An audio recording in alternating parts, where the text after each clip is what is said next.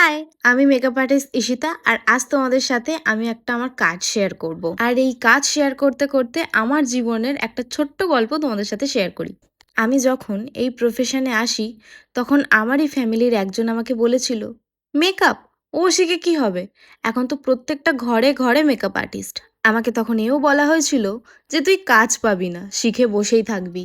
তখন কথাটা শুনেছিলাম আর খুব মন খারাপ হয়েছিল। হয়তো সেদিন আমি কোনো উত্তর দিতে পারিনি, কারণ না ছিল আমার কাছে টাকা আর না ছিল সেই সময় আমার হাতে কোনো কাজ।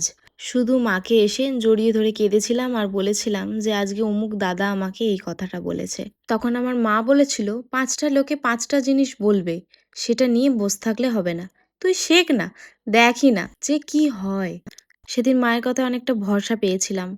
আর আমি নিজেকে প্রতিজ্ঞা করেছিলাম একদিন আমি এই প্রফেশনে নিজেকে ঠিকই দাঁড় করাবো, হয়তো সময় লাগবে কিন্তু দাঁড় করাবো। আর সেটা হয়েছে। হ্যাঁ, হয়তো আমি বিশাল বড় মেকআপ আর্টিস্ট হয়ে যাইনি এবং খুব ভালো যে কাজ করি তাও নয়, তবে চেষ্টা করি। আর রইল বাকি তার কথার উত্তর।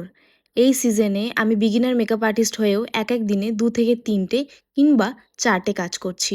তাই একটা কথা সবার জন্য বলে রাখি, নিজের ওপর এবং ঈশ্বরের ওপর ভরসা রাখো।